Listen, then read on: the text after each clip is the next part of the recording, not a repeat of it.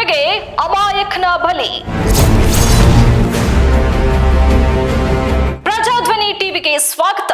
ನಾನು ಡಿಂಪ್ರಿತಾ ಯಶವಂತ್. ಅದು 2 ಗ್ರಾಮಗಳ ಮಧ್ಯೆ ಸಂಪರ್ಕ ಕಲ್ಪಿಸೋ ಕಿರುಸೇತುವೆ. ಆ ಮಾರ್ಗದಲ್ಲಿ ಹೋದ್ರೆ ದೂರದ ಪ್ರಯಾಣ ಕೊಂಚ ಕಡಿಮೆಯಾಗುತ್ತೆ. ಹಾಗಂತ ಆ ರಸ್ತೆಯಲ್ಲಿ ಹೋದವರು ಮಸಣದ ದಾರಿ ಹಿಡಿತಿದ್ದಾರೆ. ಸೇತುವೆ ಮೇಲೆ ಹರಿತಿರೋ ಹಳ್ಳ ಯಮ ಸ್ವರೂಪಿಯಾಗಿ ಬದಲಾಗಿ ಒಬ್ಬೊಬ್ಬರನ್ನೇ ಬಲಿ ಪಡೆಯುತ್ತಿದೆ. ಇಂದು ಸಹ ಓರ್ವ ಸವಾರ ಬಲಿಯಾಗಿದ್ದು, ಸ್ಥಳೀಯ ಜನಪ್ರತಿನಿಧಿಗಳ ನಿರ್ಲಕ್ಷ್ಯಕ್ಕೆ 2 ಜೀವಗಳೇ ಆಹುತಿಯಾಗಿವೆ. ಹಳ್ಳಕ್ಕೆ ಅಡ್ಡಲಾಗಿ ನಿರ್ಮಿಸಿರೋ ಅವೈಜ್ಞಾನಿಕ ಕಿರುಸೇತುವೆ. ಹಳ್ಳಕ್ಕಿಂತ ಕೆಳಮಟ್ಟದಲ್ಲಿ ಕಿರುಸೇತುವೆ ನಿರ್ಮಾಣ.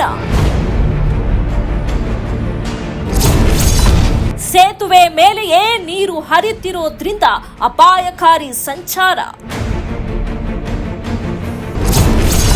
ಕಾಲು ಜಾರಿ ಪ್ರಾಣ ಕಳೆದುಕೊಂಡ ಬೈಕ್ ಸವಾರ. ಸಂಬಂಧಿಕರ ಮನೆಗೆ ತೆರಳಿದ್ದಾಗ ಹಳ್ಳದಲ್ಲಿ ಕೊಚ್ಚಿ ಹೋಗಿ ಸಾವು. ರಾತ್ರೋರಾತ್ರಿ ಹಳ್ಳದ ಪಕ್ಕದಲ್ಲಿ ಜಮಾಯಿಸಿರೋ ಜನರು, ಟಾರ್ಚ್ ಹಿಡಿದು ನೀರಲ್ಲಿ ಕೊಚ್ಚಿ ಹೋದವರನ್ನ ಹುಡುಕಾಡ್ತಿರೋ ಅಗ್ನಿಶಾಮಕ ಸಿಬ್ಬಂದಿ. ಆಕ್ರೋಶಗೊಂಡ ಸ್ಥಳೀಯರಿಂದ ಹೆದ್ದಾರಿ ತಡೆದು ಪ್ರತಿಭಟನೆ. ಸ್ಥಳಕ್ಕೆ ದೌಡಾಯಿಸಿದ ಅಧಿಕಾರಿಗಳಿಗೆ ತರಾಟೆ.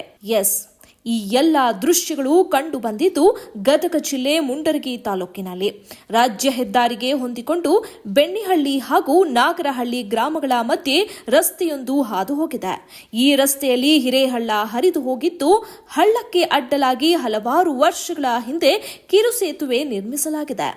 ನಿನ್ನೆ ಮಧ್ಯಾಹ್ನದ ವೇಳೆ ವಿಜಯನಗರ ಜಿಲ್ಲೆ ಏಣಗಿ ಬಾಸಪುರ ಗ್ರಾಮದ ನಿವಾಸಿಗಳಾದ ಮಂಜುನಾಥ ಬೊಮ್ಮನಾಳ ಮತ್ತು ರವಿಕುಮಾರ ತುಕಾರಿ ಅನ್ನೋ ಸ್ನೇಹಿತರು ಇದೇ ರಸ್ತೆ ಮೂಲಕ ಕೊಪ್ಪಳ ಜಿಲ್ಲೆಯ ಹುನಕುಂಟಿ ಗ್ರಾಮಕ್ಕೆ ಬೈಕ್ ಮೂಲಕ ತೆರಳಿದ್ದಾರೆ.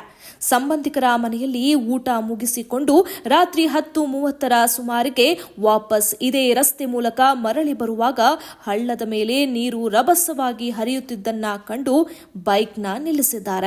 ಹರಿಯೋ ನೀರಲ್ಲಿ ನಮ್ಮ ಬೈಕ್ ಹೋಗೋಕ್ಕಾಗುತ್ತಾ ಅಂತ ಸೇತುವೆ ಮೇಲೆ ನಡೆದುಕೊಂಡು ಬಂದಿದ್ದಾರೆ. ತಮ್ಮಲ್ಲಿರುವ ಟವೆಲ್, ಮೊಬೈಲ್ನನ್ನು ಒಂದೆಡೆ ಇಟ್ಟಿದ್ದಾರೆ. ಮರಳಿ ಬೈಕ್ ತೆಗೆದುಕೊಂಡು ಬರಬಹುದು ಅಂತ ಮತ್ತೆ ಈ ಕಡೆ ದಡಕ್ಕೆ ಬರುವಾಗ ಕಾಲು ಜಾರಿ ರವಿಕುಮಾರ ಹಳ್ಳಕ್ಕೆ ಬಿದ್ದಿದ್ದಾನೆ. ತಕ್ಷಣ ಸ್ನೇಹಿತ ಮಂಜುನಾಥ್ ರವಿಕುಮಾರನ್ನ ನೀರಿನಿಂದ ಮೇಲೆ ಎತ್ತಲು ಏನೆಲ್ಲ ಪ್ರಯತ್ನಿಸಿದ್ದಾನೆ. ಆದರೆ ಅದೆಷ್ಟೇ ಪ್ರಯತ್ನ ಪಟ್ಟರೂ ರವಿಕುಮಾರ್ ನೀರಲ್ಲಿ ಕೊಚ್ಚಿ ಹೋಗಿ ಮುಳುಗಿ ಸಾವನ್ನಪ್ಪಿದ್ದಾನೆ. ನಾವು ಲೋಕಲ್ ಇರೋರಿಗೆ ಅದು ಗೊತ್ತೈತ್ರಿ, ಅದನ್ನ ಹೆಂಗ ಹೋಗ್ತೀವ್ರಿ. ಪರಿಸರದಿಂದ ಬಂದವ್ರು ಏನ್ ಮಾಡ್ಬೇಕ್ರಿ? ಅದಕ್ಕೆ ಗೊತ್ತಿಲ್ದಂಗ ತಡಯಕ್ಕೆ ಹೋದ್ರನ್ನ ಅದು ಪ್ರಾಣ ಹಾನಿ ಆಕತಿ. ಕಳೆದ 1 ವರ್ಷದಿಂದ ಇಲ್ಲೇ ಕಕ್ಕೂರ ರಾಯರನ್ನ ಅದ್ರಾಗ ಖಾಲಿ ಆದ್ರಿ. ಇನ್ನು ಮಧ್ಯರಾತ್ರಿ ಸ್ಥಳಕ್ಕೆ ದೌಡಾಯಿಸಿದ ಅಗ್ನಿಶಾಮಕ ದಳ ಹಾಗೂ ಪೊಲೀಸರು ಸ್ಥಳೀಯ ಮೀನುಗಾರರ ಸಹಾಯದಿಂದ ರವಿಕುಮಾರನ ಶೋಧ ಕಾರ್ಯಕ್ಕೆ ಮುಂದಾದರು.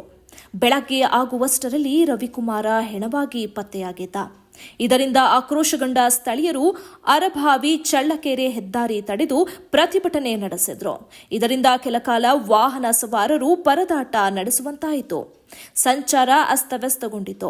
ಸ್ಥಳಕ್ಕೆ ಜಿಲ್ಲಾಧಿಕಾರಿಗಳು ಬರುವವರೆಗೂ ಪ್ರತಿಭಟನೆ ಕೈಬಿಡೋಲ್ಲ ಎಂದು ಪಟ್ಟು ಹಿಡಿದ ಸ್ಥಳೀಯರು, ತಹಶೀಲ್ದಾರರು ಸೇರಿದಂತೆ ಪೊಲೀಸ್ ಅಧಿಕಾರಿಗಳ ಮಾತಿಗೂ ಜಗಲಿಲ್ಲ. ಕೊನೆಗೆ ಗದಗ ಉಪವಿಭಾಗಾಧಿಕಾರಿ ಗಂಗಪ್ಪ ಸ್ಥಳಕ್ಕೆ ದೌಡಾಯಿಸಿ 15 ದಿನದಲ್ಲಿ ತಾತ್ಕಾಲಿಕ ಸೇತುವೆ ನಿರ್ಮಾಣದ ಭರವಸೆ ನೀಡಿದ್ರು. ಇನ್ನು ಈ ಕಿರು ಸೇತುವೆ ಬಲಿ ಪಡೆದಿರೋದು ಇದೇ ಮೊದಲೇನಲ್ಲ. ಕಳೆದ ವರ್ಷವೂ ಓರ್ವ ಬೈಕ್ ಸವಾರನನ್ನ ಬಲಿ ಪಡೆದಿತ್ತು. ಅಲ್ಲದೆ ಅದೆಷ್ಟೋ ಸವಾರರು ಕಾಲು ಜಾರಿ ಬಿದ್ದು ಕೈಕಾಲು ಮುರಿದುಕೊಂಡಿರುವ ಅವಘಡಗಳು ಸಂಭವಿಸಿವೆ. ಮನವಿ ಮಾಡಿ ಸಾಕಾಗ್ಬಿಡತ್ ನಮಗ. ಯಾವ ಶಾಸಕರು ನೋಡೋಲ್ರಿ, ಯಾರಿಲ್ಲ. ಇದೆಲ್ಲ ಏನು ಹೇಳಿದ್ರೆ ಮುಕ್ಕಳಿಂದ ಗಾಳಿ ಮಾಡಕಂತಾರ ಶಾಸಕರು. ಇದನ್ನ ಏನಾರು ಮಾಡಿ ಒಂದು ಬ್ರಿಡ್ಜ್ ಮಾಡ್ಬೇಕಾಗಿತ್ತು. ಹೈಸ್ಕೂಲ್ ಐತಿ ಮಕ್ಳ, ಅಲ್ಲಿ ಎಲ್ಲ ಹುಡ್ರು ಸಾಲಿ ಈ ಸಲ ಜಿರೋ ಆಗೈತೆ ನೋಡ್ರಿ ಮರ್ಕಸ್ ಕಾಡ. ಏನು ಮಾಡೋಕೆ ಇದೊಂದು ಪರಿಹಾರ ಏನು ಮಾಡ್ತಾರೋ ಏನಿಲ್ಲ ಅಧಿಕಾರ ಕೇಳ್ಬೇಕಾಗಿತ್ತು ಏನಂತೀವಿ ನಾವು. ಕಿರು ಸೇತುವೆ ಹೊಸದಾಗಿ ನಿರ್ಮಿಸಲು ಮಾಜಿ ಶಾಸಕ ರಾಮಣ್ಣ ಲಮಾಣಿ ಅವಧಿಯಲ್ಲಿ 2 ಕೋಟಿ ಅನುದಾನ ತರಲಾಗಿತ್ತಂತೆ. ಆದರೆ ಸ್ಥಳೀಯ ನಾಯಕರು ಅದನ್ನ ಬೇರೆ ಕಾಮಗಾರಿಗೆ ಬಳಸಿದ್ರು ಅನ್ನೋ ಆರೋಪ ಸಹ ಇಲ್ಲಿನ ಸ್ಥಳೀಯರು ಮಾಡ್ತಿದ್ದಾರೆ. ಅದೇನೇ ಇರಲಿ, ಕೇವಲ ಕಿರುಸೇತುವೆಯೊಂದು ದುರಸ್ತಿಗೊಳ್ಳದಕ್ಕೆ 2 ಜೀವ ತೆತ್ತಿದ್ದಾರೆ. ಇಷ್ಟಾದರೂ ಇಲ್ಲಿನ ಜನಪ್ರತಿನಿಧಿಗಳು ಬುದ್ಧಿ ಕಲಿಯದೇ ಇರೋದು ಯಾವ ನ್ಯಾಯ? ಇನ್ನಾದರೂ ಸೇತುವೆ ನಿರ್ಮಿಸಿ ಮುಂದಾಗೋ ಅನಾಹುತಗಳನ್ನ ತಪ್ಪಿಸಲಿ ಅನ್ನೋದು ನಮ್ಮ ಕಳಕಳಿ. ಹಲವಾಗ್ಲಿ ಈ ಭಾಗದ ರೈತರು ಕಬ್ಬು ಬೆಳೆಯನ್ನು ಇದೇ ದಾರಿ ಮುಖಾಂತರ ಈ ಹಳ್ಳ ಕಡೆ ಹೋಗ್ಬೇಕು. ಆಮೇಲೆ ಶಾಲೆ ಮಕ್ಕಳು, ಆಮೇಲೆ ರೈತರು, ಮೀನುಗಾರರು ಎಲ್ಲರೂ ದಿನ ಈ ಹಳ್ಳದ ಮುಖಾಂತರ ಹೋಗಬೇಕಾಗುತ್ತೆ.